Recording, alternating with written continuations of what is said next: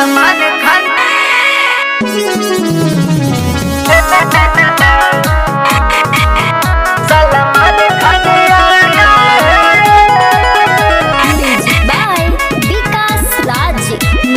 Presented by Seth Music Bhojpuri।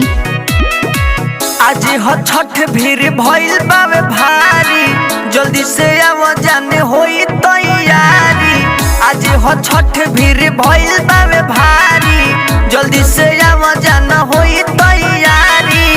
तुमसे मिलने को दिल घबराया है,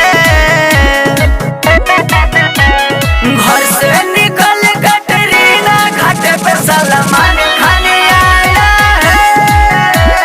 घर से निकल कटरीना घाट पे सलमान खान आया है।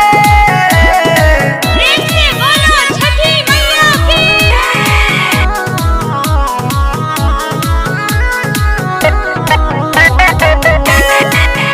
सलमान खान आया है। Presented by Seth Music Bhojpuri। घटिया पर भेंट होई, भीड़ तो सकेत होई। इह देख छठी मैया सदियों सो सेट होई, सदियों सो सेट होई।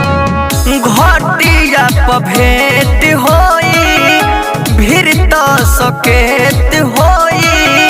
इह देख छठी मैया सदियों सो सेट होई। तोहर ला फूल गेंदा लाया है, घर से निकल कटरीना घाट पे सलमान खान आया है। घर से निकल कटरीना घाट पे सलमान खान आया है। बोलो छठी मैया की। खुशबू रिकॉर्डिंग स्टूडियो कहला बिशनपुरा बाजार। Presented by Seth Music Bhojpuri।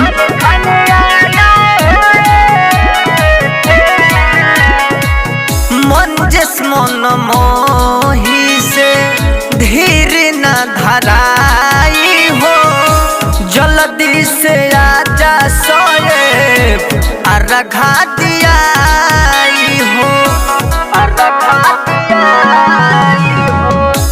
बाबू इमाम से अब धीर न धराई हो, जल्दी से आजा जहवा अर्घा दियाई हो। गुड सोन भी दौड़ा लेके आया है, घर से निकल कटरीना घाट पे सलमान खान आया है।